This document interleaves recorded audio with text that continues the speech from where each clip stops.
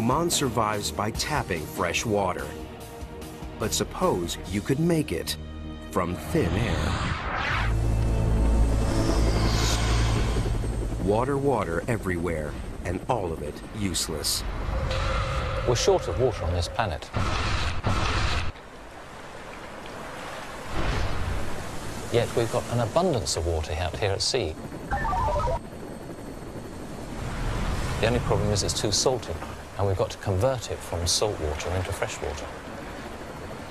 Charlie Patton invented a radical way to do it. Oil-rich Abu Dhabi can afford to guzzle gas, but not nations as poor as they are dry. There must be a better way. And it came to Charlie Patton like a dream. I got the idea when I was traveling on a bus going across a desert in Morocco, and it was raining outside. I'd rolled up a towel to make into a pillow, and I was sleeping. When I woke up, there was enough condensation in the pillow for me to wring it out and get a cup full of water. Well, that condensation is pure fresh water that has come out of the air, and it's probably water that's evaporated off the sea somewhere else. Nature was doing the power plant's job, turning seawater into fresh vapor with no fossil fuels. If Charlie could collect the vapor, he could make water from thin air for next to nothing. The key lay 4,000 miles away in the Garden of Eden.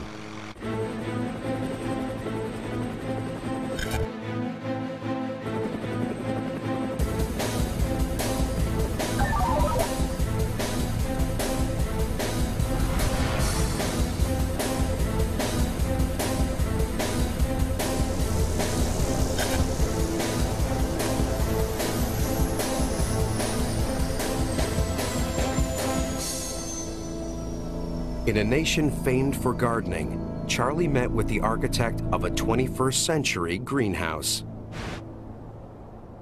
the Eden Project. We've turned what could be an ordinary greenhouse into an absolutely fantastic and exciting greenhouse, a really bold and big thing.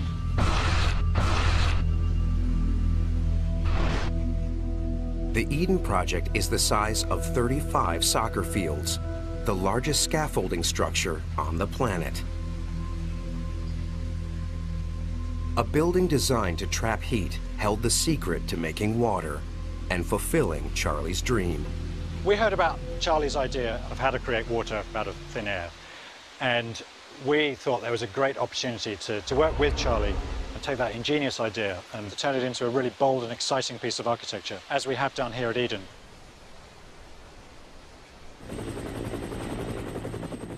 What they came up with is a building that could change the world.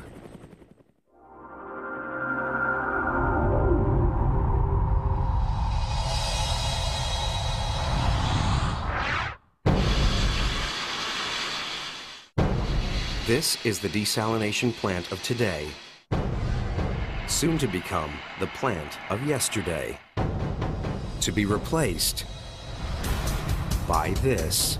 The Teatro del Agua, the desalination plant of tomorrow. Designed to create water from thin air, it takes modern architecture to another dimension. The water theatre will revolutionize the way we make fresh water. Greenhouses in northern climates work because they trap heat within the building.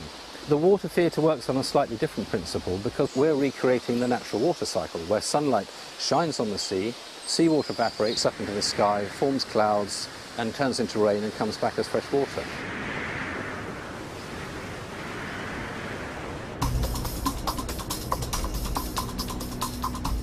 To recreate the natural cycle and make water from thin air, first a series of plastic pipes is cooled by pumping icy seawater through them. This seawater is then sprayed onto an absorbent mesh surface. As warm sea air passes through the mesh, the seawater turns to vapor, leaving its salt behind. The sea breeze then carries the vapor back to the cooled pipes where the water condenses, forming droplets of fresh water. Finally, the fresh water is collected in a tray, ready for use.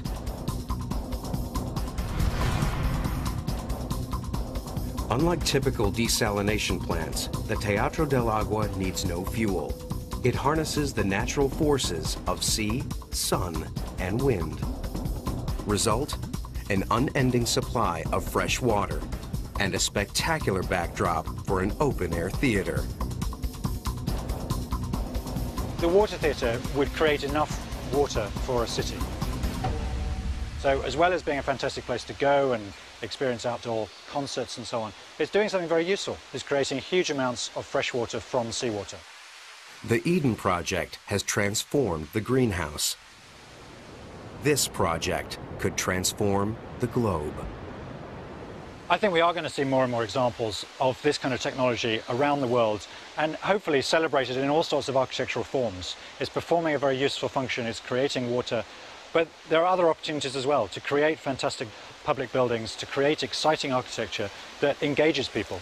The water theatre could be implemented on any scale in places where it's hot and sunny and where there isn't sufficient fresh water. This project has the potential to change the world.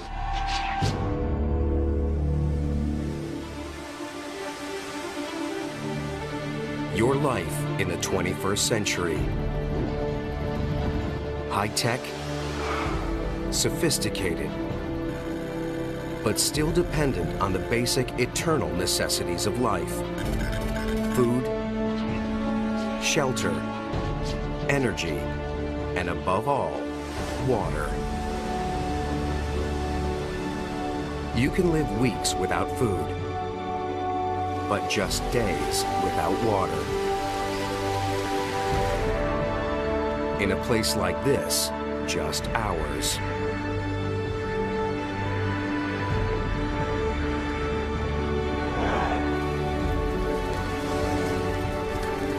Mankind's entire history springs from water.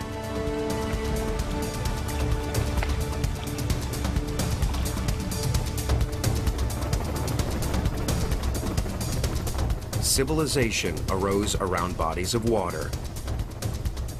The world's great cities spring from great rivers. Yet what other element is so taken for granted? Most of us don't realise how precious water is. You can't do anything without water. So we need to find more ways of providing fresh water for humanity and for the environment. We need to think of using water much more sparingly and more ingeniously. We must find solutions to it, because solutions to water also solve the problems of the planet.